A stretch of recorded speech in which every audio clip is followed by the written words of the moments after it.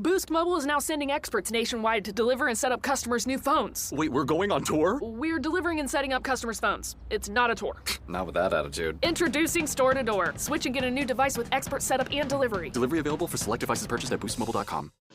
Immersing yourself in all things soccer ahead of this summer's World Cup, I'm Alex Abnos, Senior Sports Editor from The Guardian. And whether you're a soccer beginner or you know the game inside and out, we've got you covered. Read, watch, and listen as our journalists connect the dots between the games, the cultures, and this political moment. We'll have daily newsletters throughout the tournament, reporters on the ground with all the big teams, and the legendary Football Weekly podcast. The Guardian, bringing you the whole picture on soccer. Search Guardian Soccer for more. Business is booming, but you know what really helped? Xero, the accounting platform for small businesses. I used to think spreadsheets were just part of it. Ugh. But real-time cash flow? Wow. Invoices that chase themselves? Even better. Books that automate? That's a big one. And I can keep track from my phone while I get the job done. No spreadsheet in sight. What a life. Do right by yourself and your business and search Xero for your free trial. Conditions apply.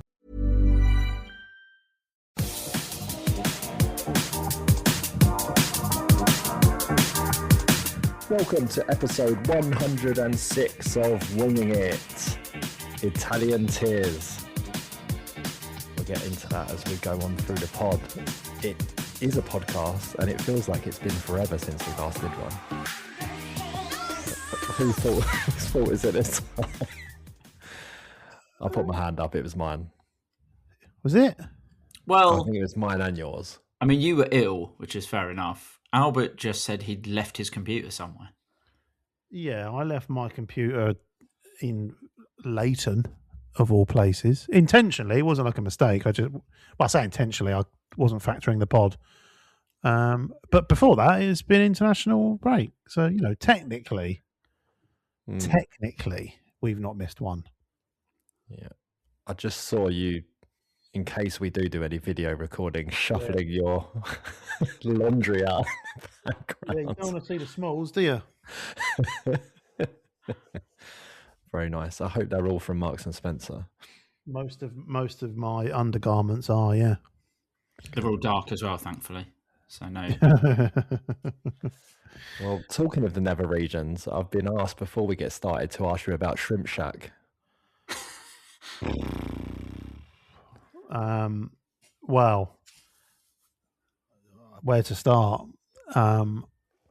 Sunday, my loving wife did me a right solid. We were meant to go and see my nan, who obviously lives in Streatham, and it was like, we can't get there that early. We can't get there early enough. We can't get there early enough for me to put in a good stint with nan and then be like late as I'm going to the football.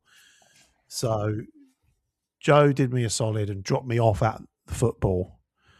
And then she went to hang out with my nan for the hours I was at the football, and we were going to convene in Shrimp Shack in Streatham. Never been before. Driven past it about 100 times.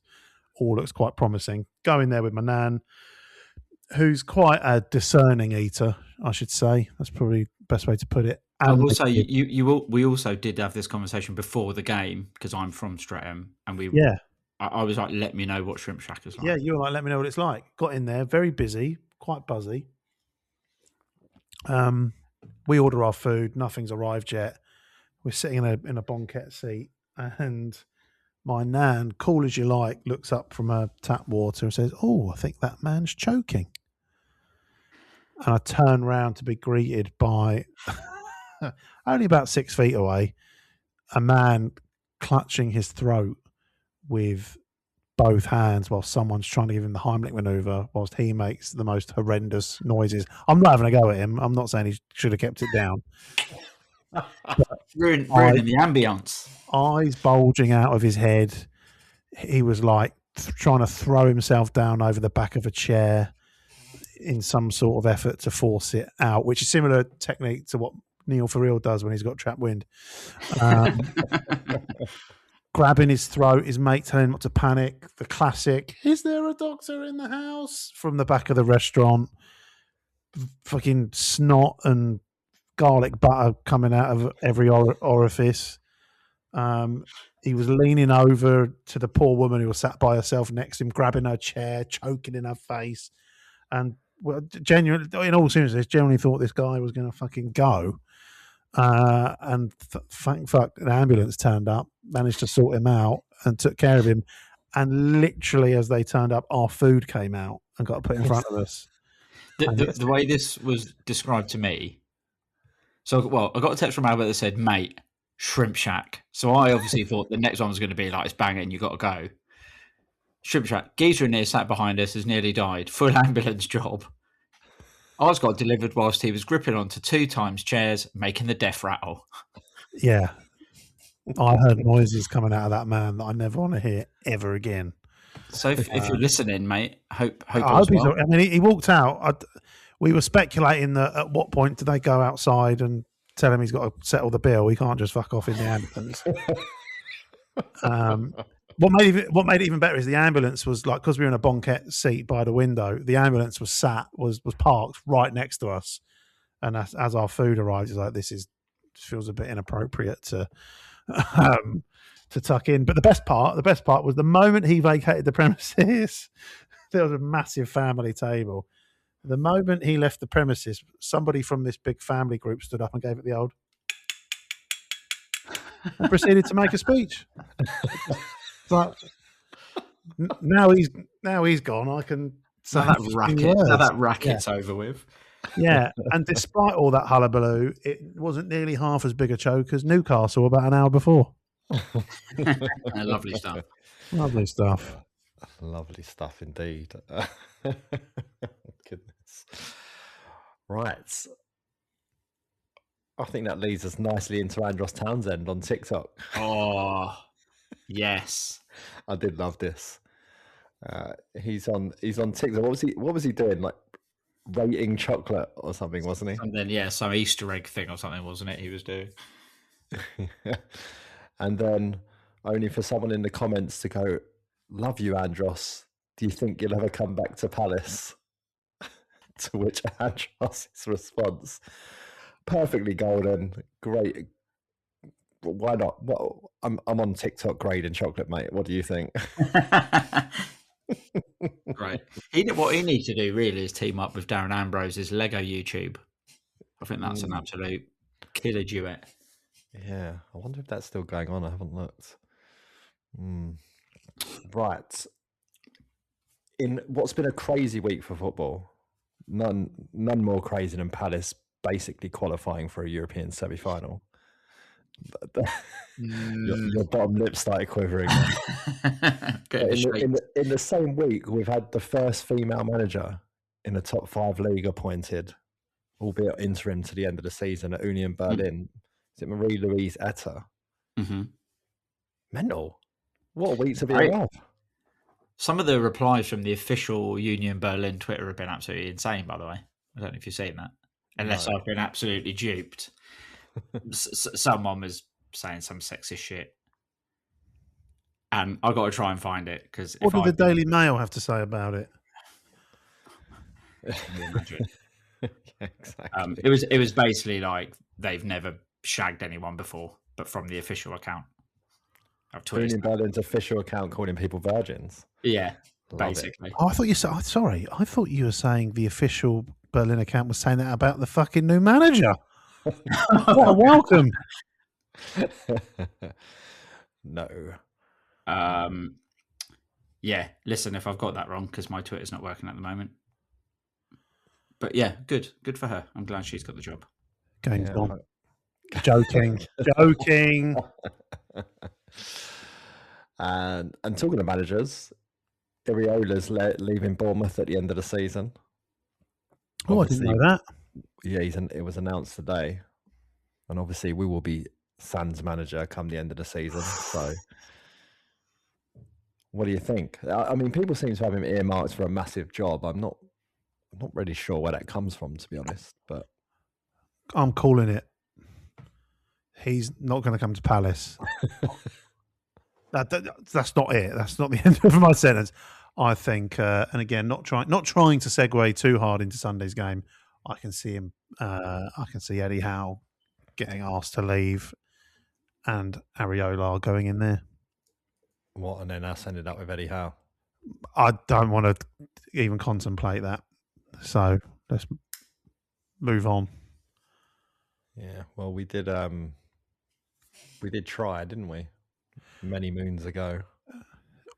Have we tried more than once, or have we only tried once? I think it was the once.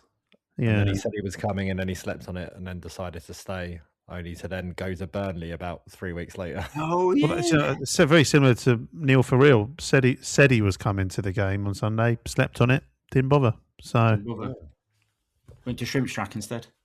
It's quite hard to say that quickly. I'm glad I haven't had Shrimp anything Shack. to drink Definitely, it's particularly hard to say it when you've got a when fucking you're prawn choking on tail shrimp. stuck in your gullet. Yeah. Yes, but we'll see. We'll see. The smart money seems to be on Athletic Club de Bilbao, given that's where he spent most of his career, and that their manager's also leaving. But we shall see. No disrespect to Bilbao. Isn't he a bit better than that? It's his hometown club, though, isn't it? Hometown club, if he wants to go back to Spain. Where's your romance, Albert? Yeah. Do you know who I wouldn't mind? There's a manager who's just got a job, actually, who's doing pretty well. Bristol City. Seen him? He looks quite good. Young and up and comer. Some young upstart. Yeah. I think he might be one to watch. Here he's from Croydon as well. Yeah. See? There's your romance. It's almost as romantic as Eddie Nketiah's hamstrings. I'm not sure that's romantic. They've gone again. Why? What's happened? They're in trouble. It turns out they're in trouble. His hamstring is in trouble. This has become the Winging It theme song off air, by the way. It really has. Rumours, denying the rumours that we're going to record a version of it for some sort of charity. For Terence's bike ride. Yeah. Yes. If you listen to that on loop for the entirety of the bike ride, I'll say sponsor you some more money. I haven't sponsored you any money yet. Yeah. The sponsorship's going well, thanks to everyone who has chipped in. What percentage of your target have you hit? Well, basically, I just put 1,000 in initially. Yeah. I hope to get much more than that. What have you got at the moment? Like 900, I think. 90%. So six weeks to go, I think, to the bike ride. I do have a bike now. Yeah. Good, which is a good start. Just got to learn how to ride it now. Getting wiped out by sickness last week did not help because, I lost a lot of weight through the illness, and energy levels are still a bit sapped, to be honest. I tried to do a bike ride on Sunday and had to get off the bike and walk up a hill at one point. Before or after the match? This was before. Oh. And then I brought my boy to the game and had to carry him for the entire match, which was, I shouted to my sister, actually, did help for a little bit, but more on that later. And he's record now at Selhurst Park, which is approaching ridiculous levels. Anything else before we move on to? But no, let's just go into Fiorentina. all those days ago now. What a night under the lights at Selhurst. Unbelievable. Yeah, good that, wasn't it? Magic. Really, really was magic. Got to be the best atmosphere at Selhurst in a few years. Yeah. Minimum. It was like old school Selhurst, that was. It was great. What, you was in the White Horse, right, Albert? I was going to say standard, but how was the display looking from where you were? Oh, it was fantastic. I took a time lapse of it when the big banner along the front was being unfurled and the things were coming down, the red and blue things. And then sort of just stopped, and then that's when all the white shit started coming out. It's very impressive. Was it toilet roll? No. It's like, looked like my bedroom as a teenager. Jesus Christ. I wonder why it was rock hard. 8,000 people in there. Yeah, something like that. No, it was the display was great. It was a shame that slightly taken away from with the wind just absolutely claimed those red and blue pieces. The guy who was holding the bit from the top tier just in front of my block. Poor guy. I was like, he had to let go, otherwise I think he would have ended up in the top tier himself. Where's your dedication? Yeah, no, the same in front of us absolutely got almost yanked over the hoarding at the front. Like he came off of his feet trying to hold on. Like your bedroom again. And in the end, someone ended up running down the front from the HF, just cut it, like let it go. You just got to let them go. Yeah. But yeah, I don't think with the way the streamers went off, I don't think it did anything to. It still looks incredible. And it looked great. And honestly, like, because I live close to the stadium, that you're just seeing these things all over South Norwood, like in people's TV aerials, like all over. It's brilliant. Yeah, nice reminder. But in terms of the game itself, I don't think we need to go through it in detail, but really, really incredible first half performance, Hesketh. And one of which we just haven't seen since the early parts of this season. Yeah, absolutely. I think before the game, we were all hoping that it would be a game where Fiorentina would come at us a bit, as opposed to the Larnaca type, Mostar type games when it's just like, we've got to try and break down the team and we're not very good at it.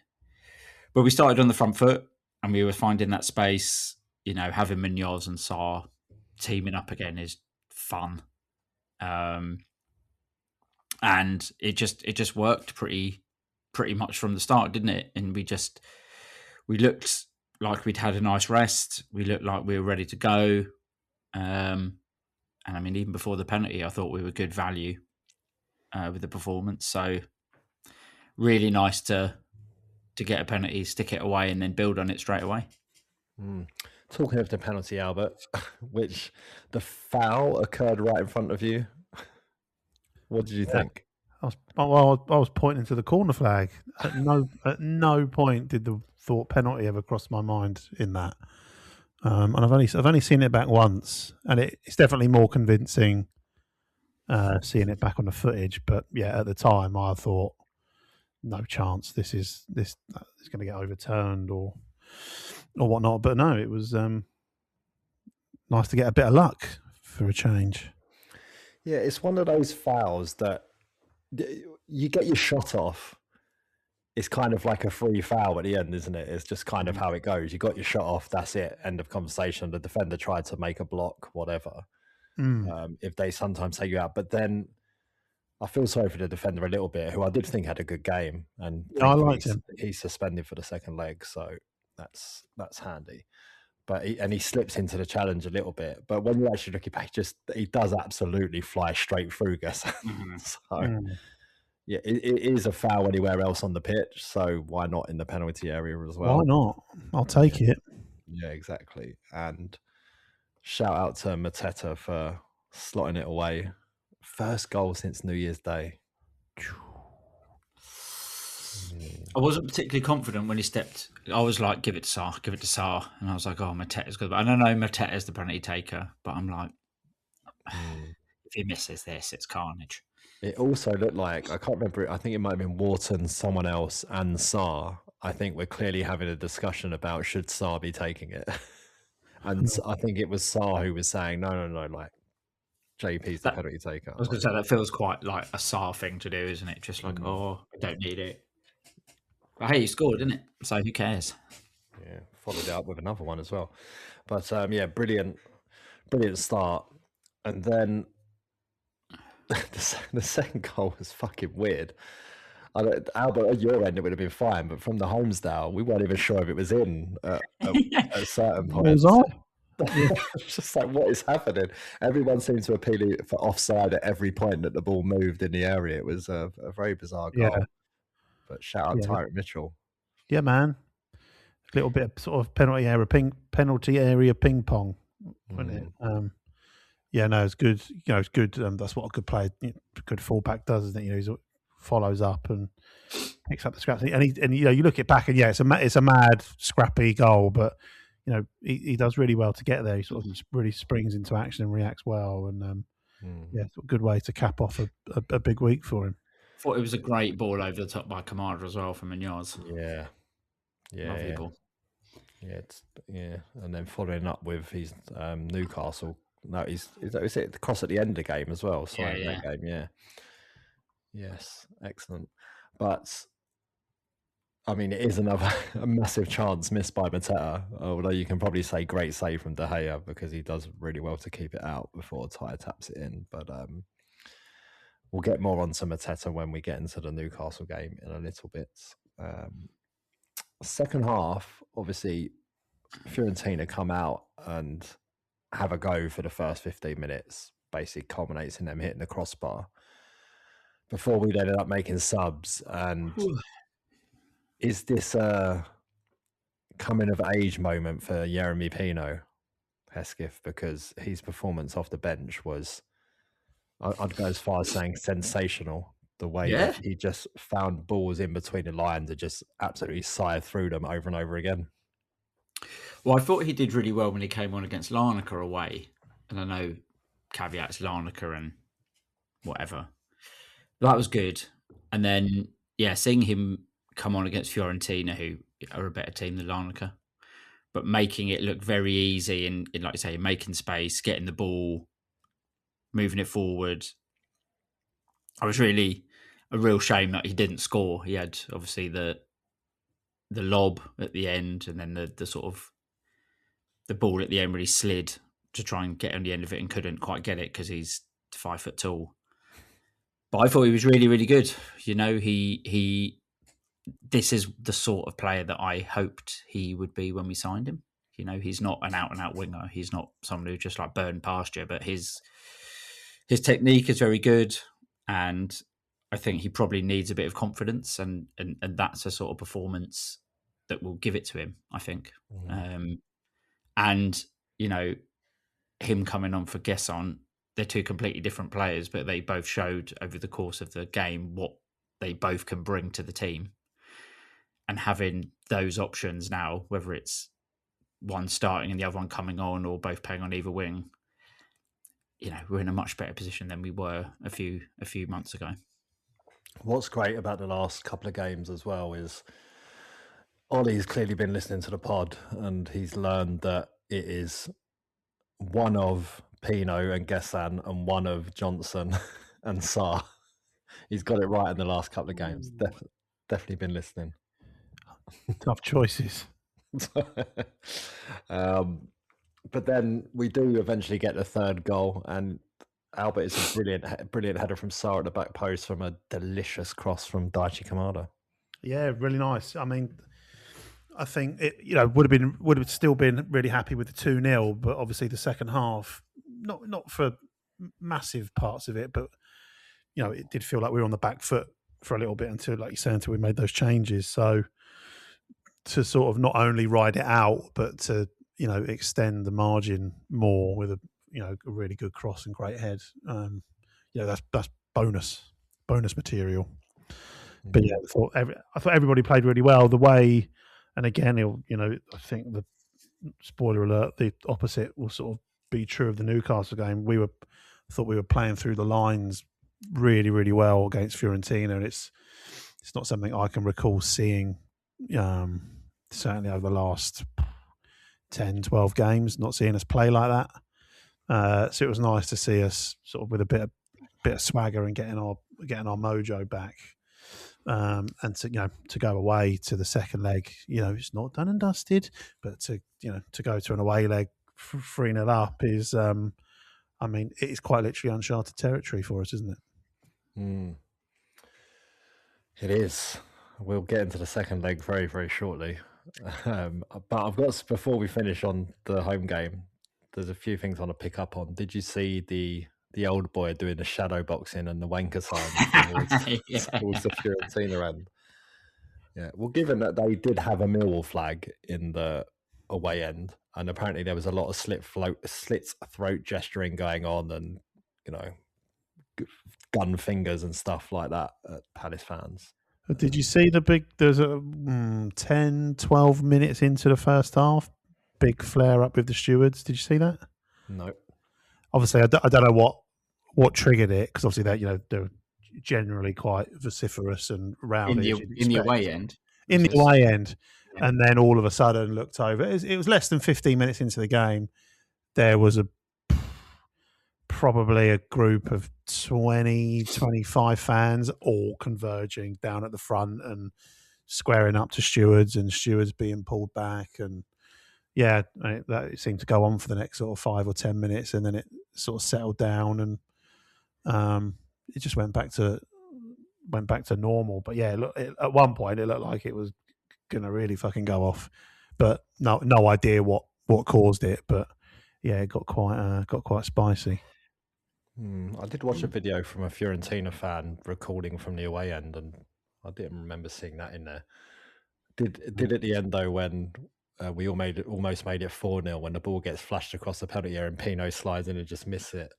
My Italian's not great, but he was like obviously just saying, he said quattro, so I'm imagining saying, it's going to be 4. And it flashes across the goal. He slides in, just misses. He's like, mamma mia, mamma mia. That doesn't feel like a stereotype, but it is actually exactly what they do. I do wonder if someone had let the Fiorentina fans know that it's match day prices in Don Eagles, and normally it's cheaper in there, and that's what sparked them off. I don't know. It would really. I can't go away from the game without talking about their fucking number 80 and their number 91. So apparently 80 is not Giovanni Fabian, it's Giovanni Fabian, which makes me hate him a little bit anyway. I thought he played for Fiorentina, not for Bayern. The amount of time he spent on the floor was ridiculous. And the ref bought it every single time. And then Maxon Sequoia scored a header from a corner where the whistle had already blown. But he was just shoving Lerma, I think it was, repeatedly shoving Lerma until the corner came in. And then Lerma put one hand on him and he threw himself to the floor. And the referee just immediately was just like, free kick. Infuriating. What a shithouse. Should sign for Larnaca. That's where he belongs. And then 91 was the same as well. The referee just let him fall to the floor and get a free kick every single time. Shocking. Shouldn't be having that numbers 80 and bloody 91 or whatever. It's like the NFL. Don't like it. Yeah, we were speculating if 91 was Akinbaye jobby, like a 5+5 or a 9+1. He wants to be wearing 10. But there was some good interview stuff at the end, and there was you see the one going around where the poor old female interviewer actually had to come out on Talk Sport, I think it was, and be like, because JP was hugging her in the interview. Oh yeah, just for the whole thing. She was like, nothing's going on between me and JP Mateta. Boom. But she was like, he was hugging me and Tyrek Mitchell at the start of the interview, and nothing's going on there either. Mateta's not in my room.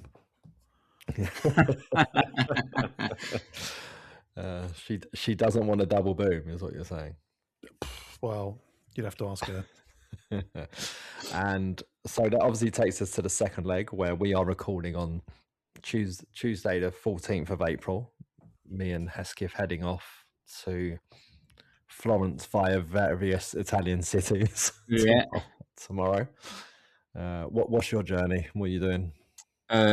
We are flying to Milan. I think we get there at like 6:30. So have an evening in Milan, and then the train early-ish, like 10 o'clock or something, I think, getting into Florence about midday. So still got most of the day, and then we'll just have a knockabout and see what happens. What about you? Yeah, me, sister, and our friend Penny, we're off to Verona. So we fly out from Stansted tomorrow night, Verona, spend the night in Verona, And then, train across to Florence, getting around 11:30, I think, something like that. On Thursday, check into our hotel, or I think we've got an apartment, actually. And then, try and get on it. But there seems to be a suggestion there's going to be no getting on it, basically. So buy some tinnies, buy some bottles of wine or whatever for your hotel rooms. Try and talk your hotel bar into staying open, because I think it's going to be a city on lockdown basically after the match. Going to be bussed to and from the game, and there's not going to be that much going on. But I'll tell you what would be nice though, if we could get our match tickets. It'd be fun, wouldn't it? The news came out this evening that Fiorentina are sending them out, and if you don't have them by 9 a.m. on Thursday, ring the box office. I'd imagine we're all in Italy at that point. So yeah, exactly. How much is it to call the box office from abroad? Jesus more than Christ. the ticket, probably. Yeah. So we shall see how it goes. And then in terms of the game itself, so I think Fiorentina played Monday night, so a good 36 hours after we'd finished against, or something approaching that, sort of us finishing against Newcastle. They won 1-0 against Lazio, played pretty much the same team. I think they made 3 changes, but one of them was a suspension, so they had to make that change. Still no sign of Moises Keane in that team either. So I guess they haven't got that much more to put out there. Big win for them in terms of probably ensuring no relegation for them this season now, which is crazy considering their pedigree in Europe over the last few years. But from a Palace standpoint, Walton and the entire back three are at risk of missing the first leg of the semi-final if they get booked. Why are these not wiped out? Well, they do get wiped out in the semi. In the semi, yeah. I'm just like, some of these are carrying over from the group stage, aren't they? I think Canvo's first. Yeah, so Canvo and Lacroix are like, and especially considering we have had to play a playoff as well. So it's kind of like you've got 2 additional games in there to pick up yellows, which is, but that could still be a disadvantage point for not qualifying at the group stage. Fine, but you would think they'd start again from the group stage. Yeah. So it feels like a bit harsh on Max and Convo, but Richards probably deserves one for punting that Larnaca guy into the stands, to be honest. But of course we've got Chadi Riyad in reserve, and Lerma and Klein and all of that. So we've got some sort of depth there. But it's also, I think you saw with Newcastle, he's keen to play the same back 5. He wants some continuity there. So there's no resting for those guys. You might think Riyad had come in for that game, but he clearly just wants some continuity so they can get all used to playing with each other, which is not a bad thing. Before we move on to Newcastle, have you booked Poland yet, Hesketh? No, I've got a bunch of tabs open, but you know what I'm like. I don't know if it's a jinx. I don't know what I'm saying. I don't know if it's a jinx because I booked Leipzig, so I might as well just fucking book Poland. But you booked a free cancellation hotel in Leipzig, right? Yes, correct. Yeah. So I think a lot of us done that. That's just a thing you do, right? It is. I have booked Poland. To which city, if I may ask? Katowice, something like that. Yeah, it was like the flights had already got really expensive to crack off anyway. We're 3-0 up. Donetsk are 3-0 up. So you got to think. And then what I've basically done is I've laid 25 quid worth of insurance bets. So if we don't qualify, if the Nets don't qualify, or if we both don't qualify, I get the flight money back and more. Yeah. And then it also gives cash out opportunities as well during the game. So what you're saying is you want us to lose? No, because then it's just only getting the flight money back. If I would make money because I did put a few quid as well if we both lose. So if we both lose, we'd make some money. But I would much rather go to Poland for the semi-final. Yes. Take your word for it. And then get to the final. Although having watched the Shakhtar Donetsk Alkmaar highlights, it was a weird game. Like, Donetsk just suddenly scored 3 goals at the end after not looking like scoring for the entire game. So I guess there's a chance maybe Alkmaar can do something in the second leg to turn it around. But if we are playing them in Poland, the stadium was basically it was just much like when we played Kiev in Poland. It was basically mostly empty. So yeah, it'll be interesting to see how many would get given, because effectively they can give us an entire end, but I guess why would they want to? Yeah, I don't know.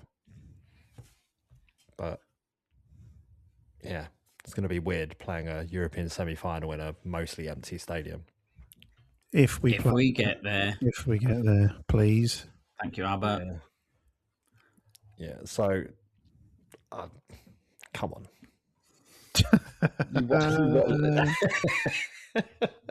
You watched them. Are they gonna beat us by 3 clear goals?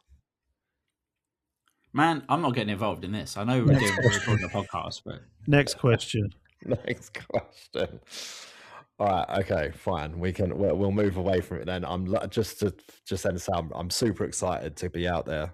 Can't wait to get out there and yeah, it'd be good. Yeah, proper. It felt like Europe had fully arrived in that first leg. So yeah, very excited to do a proper moody away day as well. Okay, so now Newcastle on the weekend. I was kind of thinking, I hate Sunday games as they are. We've had enough of them this season. They really frustrate me. But I actually had a really good time on Sunday. Really enjoyed it. The Sunday 2:00 is ever more palatable than the fucking 4:30 on a Sunday. Yeah. I saw a video of some blokes the other day ranking like kickoff times on Instagram, which was getting loads of attention because it's like, say you never go and watch live football matches without saying you never go and watch live football, because they were putting like nonsense, like, they had the 12:30 Saturday quite high up.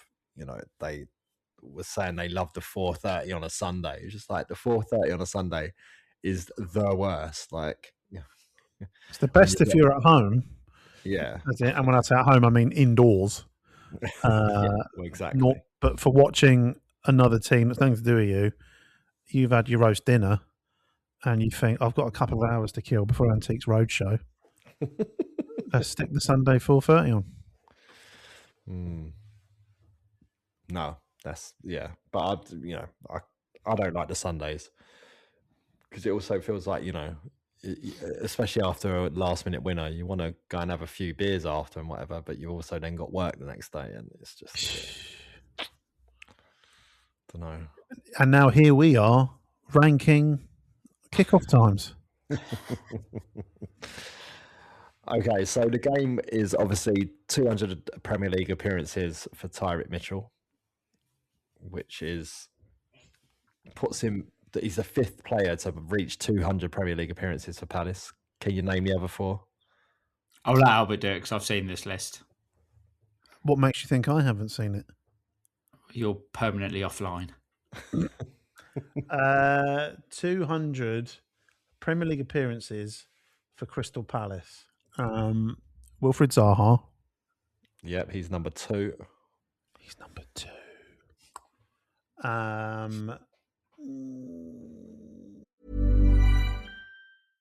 Hi, this is Pablo Torre from Pablo Torre Finds Out, and today I want to talk to you about Boost Mobile, because we spend a lot of time analyzing inefficiencies in sports, overvalued contracts, money tied up in the wrong places, and so on. But those inefficiencies aren't just on a roster. Sometimes they're in your own monthly expenses. Boost Mobile says switching to their $25 unlimited forever plan can unlock up to $600 in savings a year.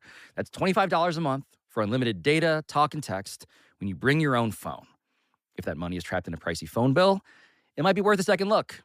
Visit boostmobile.com to learn more. After 30 gigabytes, customers may experience slower speeds. Customers pay $25 per month as long as they remain active on the Boost Mobile Unlimited plan. Savings claim based on a January 2026 Boost Mobile survey of 1,000 Americans with single-line unlimited plans, comparing average annual payments of major carriers to 12 months on the Boost Mobile Unlimited plan. For full offer details, visit boostmobile.com. Immersing yourself in all things soccer ahead of this summer's World Cup? I'm Alex Abnos, Senior Sports Editor from The Guardian. Whether you're a soccer beginner or you know the game inside and out, we've got you covered. From one of the fastest growing soccer newsrooms, The Guardian brings you in-depth World Cup coverage that gets into the winners and losers on and off the pitch. Read, watch, and listen as our journalists connect the dots between the games, the cultures, and this political moment. We'll have daily newsletters throughout the tournament, a global perspective, and a squad of Americans, including me, on the ground with the U.S. national team. Plus, if you want to test your soccer knowledge, try On the Ball. It's a game in the Guardian app, and it's really, really fun. And if you're into stuff like this... Well, I think the problem is if you give footballers an inch, they will take a mile. Is it too much when it's this close? It's a bit much. It's Right, a bit too okay. real. Maybe you could just talk with a slight delay. Be sure to listen to our Football Weekly podcast for on-the-move expert analysis. The Guardian, bringing you the whole picture on soccer. Search Guardian Soccer for more. 200. Gamble. Go on. No. Jimmy Mack? Yep. Number 3.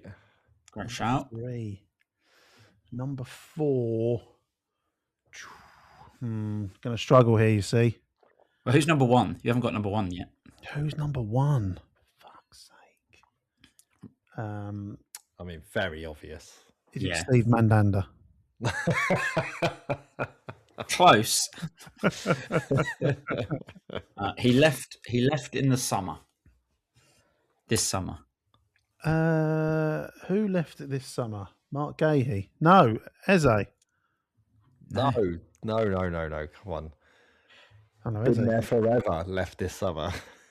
Oh, fucking hell, yeah. Sorry, Jesus Christ. Joe Ward. Yes. Oh, right, Joe Ward, yeah. You'll never get the other one. I've only got 3, haven't I? Yeah. You need There's number one more. 4. Is this someone from many moons ago? Only a couple of seasons ago he left. It's someone I will have mentioned on the pod quite a lot. Is it Steve Matt?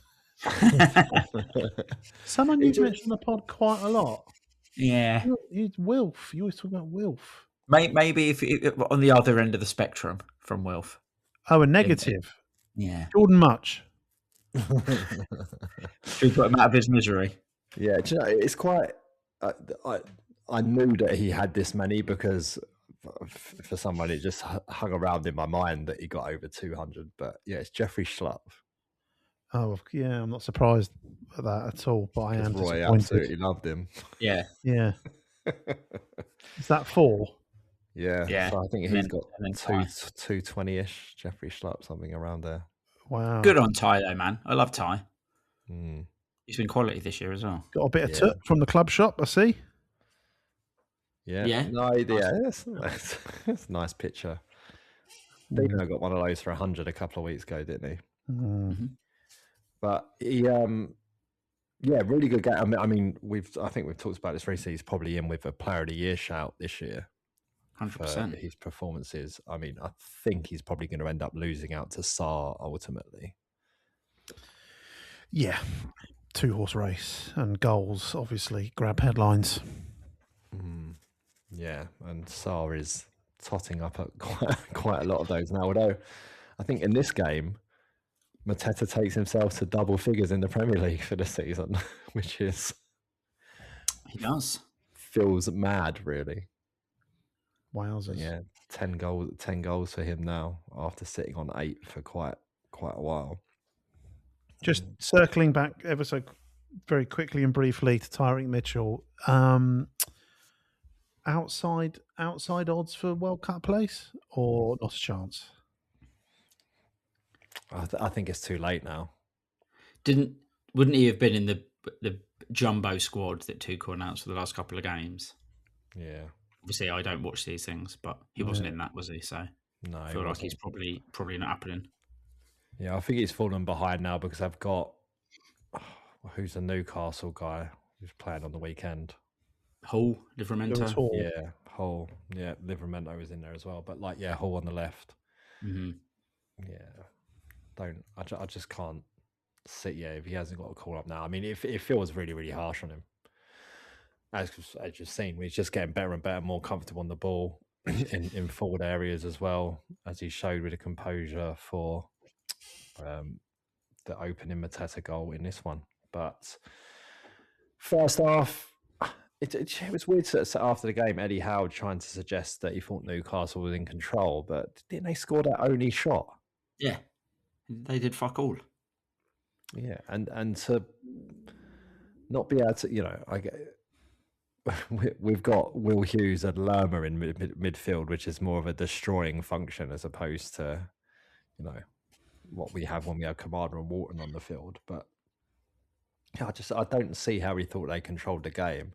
And I thought that Osula was fucking pony and gets Albert. What you got? Just call that one of the luckiest goals you've ever seen.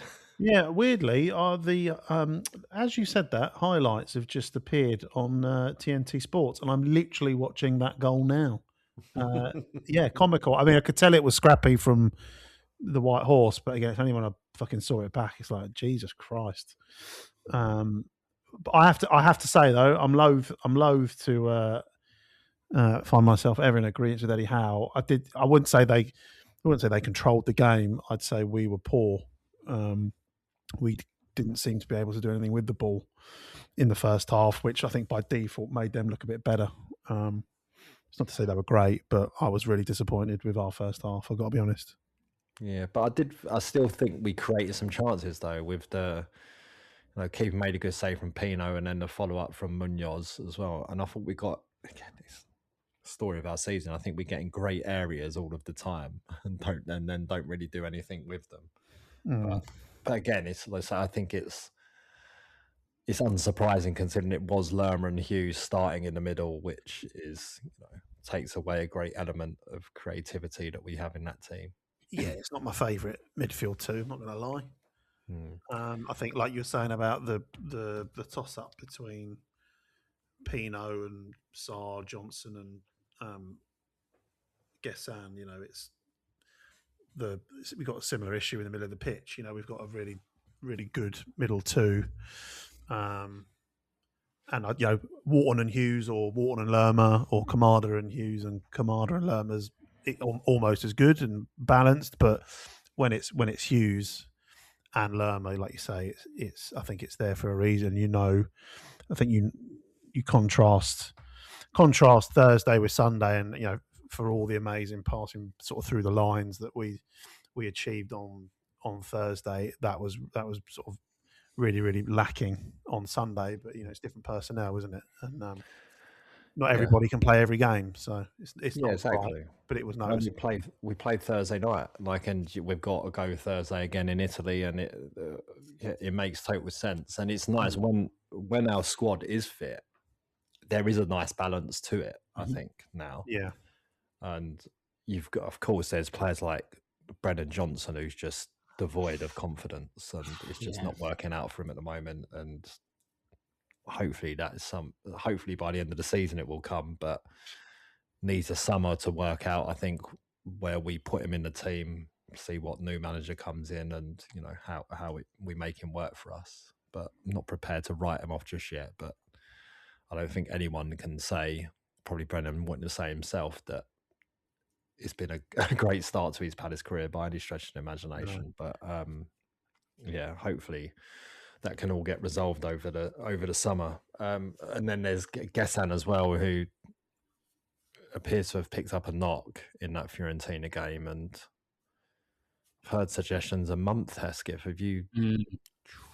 Yeah, I don't know whether it was Glasner who said it or not, but I read 3 to 4 weeks, which is a shame. I mean, I think that sort of wipes out the chance that he'll get the obligation thing in, the goal involvement, whatever it was. But I mean, I'm sure we'll still be interested in bringing him in, price dependent. But yeah, I think it's a shame with Johnson. I obviously want him to do well. He plays for Palace, but at the moment you're just like, I don't really know what you're doing. You know, he hasn't really. He had the odd flash here and there when he first signed, but last few games, he's had more than a cameo. Just doesn't really do anything to say I should be in the team when I'm not. Especially, I mean, unfortunately for him, he'd be coming in for Sarr some of the time, and it's like, well, Sarr's irreplaceable, isn't he? Yeah. And as soon as we brought on the subs against Newcastle, one of which was Sarr and JP, and then Wharton and Daichi, you can see what a difference it made then. So yeah, like you say, hopefully Johnson figures things out and we can get him rolling. But it looks a long way off it at the moment, unfortunately. Yeah, on Sunday, he described him as splendid. Did you say splendid or stupendous? Can't remember. Sensational. The other one, sensational. What did you think of him on Sunday? Because again, I thought, I thought he had he struggled a bit, with the exception of that chance. I don't think he did. I thought he did really well. Oh, okay. Yeah, so I think I'm sure the stats would even back that up as well. I thought he just tried to drive the game, get on the ball, tried to make things happen. I think he used the ball really well. I don't remember him giving it away at all. Yeah. I do.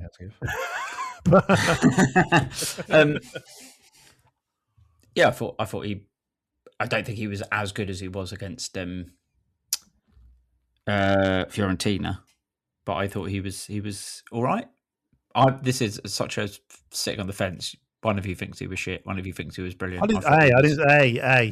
Sorry. I also did say brilliant. I thought he had a good game. Yeah, it wasn't. I think he was against Fiorentina. I thought he did fine though. I thought he was all right. I thought at times and you can't help it because he's not the biggest player on the pitch. I thought at times he really struggled with, Newcastle are quite a sizable team, aren't they? And I thought he seemed to struggle with the sort of physicality and got brushed off the ball quite easily. But can I flip it to talk about someone? Sorry, second highest rating on Sofa Score for the entire game. Sofa Score. Is that people who are watching from home? Completed 36 of his 37 attempted passes.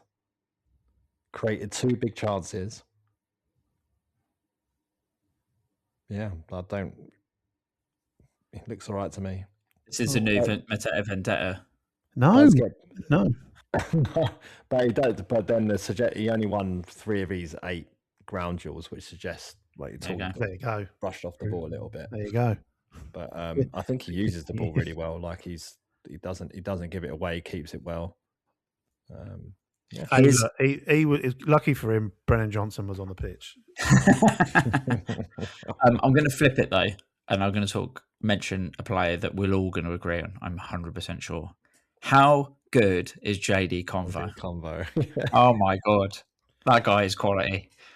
Yeah, the Mark Gay leaving and him getting game time consistently is he just gets better every week. Yeah, and I mean, his run that started the goal, the equaliser, when he just, that's what we were missing a lot in the first half, and he's getting a lot more confident now. Like you say, he's playing every week to be able to do that, and he had that amazing run against Fiorentina when he had the sort of amazing run and shot. And then again in that Newcastle game, he was just like, right, I'll take the game by the scruff of the neck. Went past 2 or 3 players and started the move that ended up in JP equalising, which Ty did very well for as well to set up. And I just think like that if he keeps adding that sort of thing to his game, Convo, like defensively, he's great. He, this whole like, he's got a mistake in him. Well, like we said, he's young.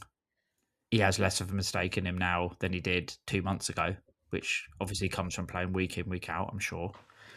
But the more that he adds that attacking side to his game, which we're seeing a lot more of, I mean, he's going to be worth a lot of money very soon, I think. Yeah, no, completely agree. He was brilliant. And yeah, I've got him written here in capitals next to convo to talk about later. So that's why I could say JD convo along with you. Knew it was coming. But yeah, brilliant. Get the equaliser with Mateta coming on. Good header, brilliant from Ty. Brilliant move as well. Just, the Wharton out to, was it Daichi? I can't remember. It's whatever. Just the way, really, really smooth. Lovely stuff. And then the long throw ends up working out right at the end of the game as Chris Richards hauls it into the penalty area. And Albert, it's just the stupidest defending from Botman.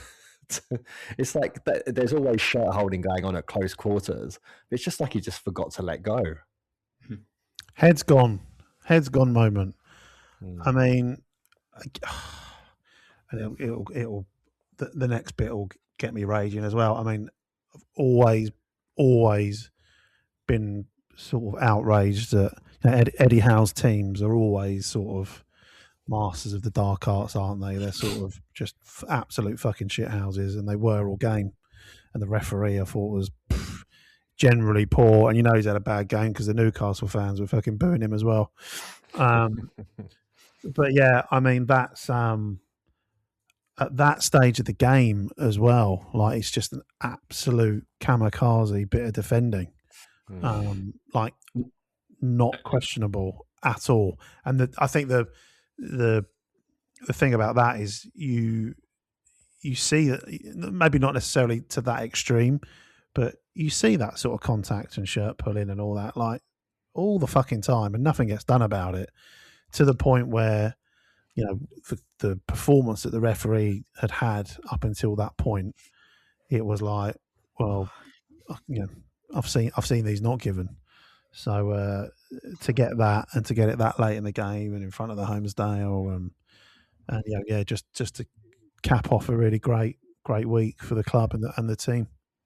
I've never known a penalty to happen when the crowd are still singing the song. Yeah. It felt really bizarre to be like, we're all singing about going to Leipzig while he's taking the penalty. Very, very, very, very strange. That was good. But it was. And what I was waiting for, I was hoping, part of it's like, Mateta's now got his mojo back, but I wasn't going to be entirely sure until I saw him walk off and say fantastic at the cameras, and he did it. We're so back. We're winning the trophy. There's no way we're not lifting the Conference League trophy. Springtime Palace are here. just circling back to the penalty, Aaron Ramsdale, what do you make of that? Fucked off to get a drink. Well, I think he in your own time, find out which way should I be diving. But yeah, if you look at Mateta's he balances them so well, like it's just pointless. And I also think, I think I've said this before, that he's definitely got his eye on the keeper where it doesn't look like he does, but he's cheating, like he's checking for the goalie to dive. So that's why I think he's so often, his penalties they're never in the corners because they just don't need to be, because he knows the keeper's going the other way. So it's one of those ones where you're just like, there's no point going and checking which he's doing, because he balances them all of the time, and he's looking at you anyway to see which way you're cheating to. So good pen, tucked it. Pen. Yeah, and so that. Palace have won. That was Palace's 4th home league win of the season. For the Brentford one, I missed because I was away for half term, so I wasn't there for that. The other 3, I've brought my son to the game. He's only 3 games, and then plus Manchester United at home, and the other 3 games have all had last minute winners: Liverpool, Newcastle, and Wolves. Wow. Like, it's time for a season ticket. Good luck, charm. Yeah, what's he doing Monday night? At that stage, he will be sleeping. No, actually, can you not take him on Monday night? Because I'm very, very happy to give points to anyone that can contribute to Spurs going down. You say that, but if we go mad, if we do what we've done in the last 2 seasons this time of year, we might be playing Champions League football next season. Oh my! What is going on? What, you've made me stutter. I don't want Champions League football next year. I want Europa League. You want to build up the slow burn. Europa League next But in year. terms of it, there's a scenario, a very reasonable scenario where 6th place gets Champions League this year, and we're like 6 points off of it or something, and we've got to play teams above us in Bournemouth and Brentford. So if we do what we've done in the last couple of years at this time of the season and just start rolling teams over, who knows? I'll take Europa League either way, and I'm happy to let West Ham have 3 points, and happy to let City have 3 points. Can we settle on that? No, I want points from this point on. I want Champions League next year. Just to stick our fingers up at UEFA and say, fuck the Europa League. You didn't want us in it. We don't want to be in it either. We'll take Champions League instead. Spin it out completely. Like your style. Yeah. But in terms of part of the reason why I've called this Italian Tears was because we've beaten Fiorentina, but also Sandro fucking Tonali moaning left, right, and centre for the entire game, basically telling the ref how to ref the game for the entire game. And it appeared that he listened most of the time as well. But he was absolutely fuming at that penalty at the end. Yeah. And obviously, my friend Serge, who stands in front of me at Selhurst, who is an AC Milan fan, and Sandro Tonali was their captain and came from there. I was like, I can taste these salty Italian tears from here. It was the bit when Tonali leant over to the ref and said, "Could you issue a yellow card between the 70th and 81st minute?" Naughty. Right. So also, if you're talking of West Ham, you'll be delighted to hear that Darren England is the referee for the West Ham game. Take the point. You can just write it off already. Take the points, guys. R.I.P. Spurs.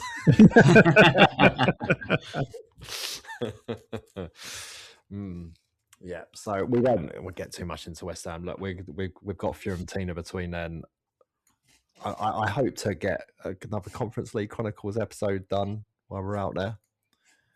I've got the mics on charge right now, so I'll be taking them, and we'll try and make it happen. And then also, it looks like next week we're going to have some special guests on the podcast. I'm previously unaware of them doing any podcast before, but we're going to be speaking to the Homesdale Fanatics. A couple of reps from them will be coming on the pod next week. Not the one with a drum, because that'll really drum through the entire podcast. Yeah, that'll really. I mean, I'm up for giving it a go, but it might get tired a minute in. As long as you sing the Nketiah's in the room song the entire time. There's the charity single. Yeah, so excited, really excited for that. Actually, be great to chat to them, talk about things like the Fiorentina display, and all sorts of things that go along with that. But yeah, so hopefully we can bring that to you next week. Exciting. Yeah. Right. Well done, boys. Good well to done, be back you. After a little freshen up before we go on another mad run and win the Conference League and qualify for the Champions League. I'm going to bed. Get on your fucking bike. Yeah, well, I'm going to go and stock up on some carbs in Italy with a load of pasta and pizza first, and then come back and burn it all off. But yeah, brilliant. Thanks to everyone for listening. Back next week with the aforementioned, and until next time, up the Palace.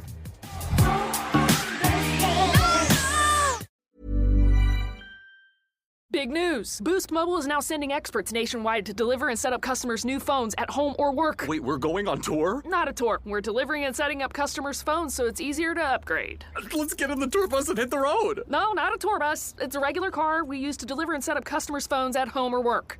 Are you a groupie on this tour? We deliver and set up phones. It's not a tour. Oh, you're definitely a groupie. Introducing Store to Door. Switch and get a new device with expert setup and delivery wherever you're at. Delivery available for select devices purchased at boostmobile.com.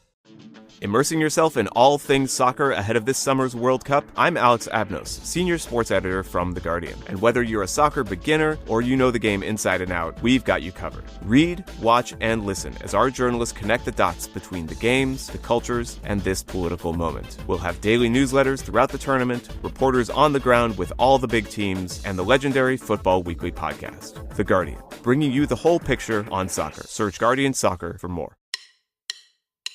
That's the sound of drumsticks, setting the tempo for change. In the 60s, Stax Records in Memphis defied segregation with multicultural bands like Booker T and the MGs, proving soul music could move more than feet. This is one of many sounds in Tennessee with a story to tell. To hear them in person, plan your trip at tnvacation.com. Tennessee sounds perfect.